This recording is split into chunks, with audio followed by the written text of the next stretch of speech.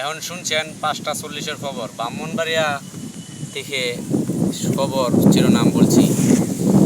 ব্রাহ্মণবাড়িয়া থেকে একদল কুত্তা ও বিড়াল রাস্তায় নামে মিছিল করতেছে, আমরা আর কতকাল ল্যাংটা থাকবো। বাংলাদেশ সরকার প্রধানমন্ত্রীর দ্বারা আবেদন জানাইছে আমাদেরকে একটি করে ফ্যান দেন, না হলে রাস্তায় আন্দোলন চলবে। আশুগঞ্জ থানা ইউনিয়ন পরিষদ থেকে একদল কুত্তা ও বিড়াল রাস্তায় নামে মিছিল করতেছে, আমরা আর কতকাল ল্যাংটা থাকবো। বাংলাদেশ সরকার প্রধানমন্ত্রীদের আয়ত আমাদেরকে একটি করে ফ্যান দেওয়া হোক, নাইলে রাস্তা অবরোধ থাকবে। একটি মানুষের ঘরের থেকে বাড়িতে পারবে, বাড়ি লই কামড়ানি শুরু হবে। কুত্তার প্রধানের এই হুঁশিয়ার। এখন শুনছেন বিবারিয়ার খবর। ব্রাহ্মণবাড়িয়ার থেকে একদল মুরগা ও আসলি মুরগা রাস্তায় নামে মিছিল করতেছে, আমাদেরকে নির্ভয়ভাবে জব করা হয়, আমরা ডিম দেব না। আসলি মুরগার প্রধানের এই কথা। এখন শুনছেন কুমিল্লা থানার খবর।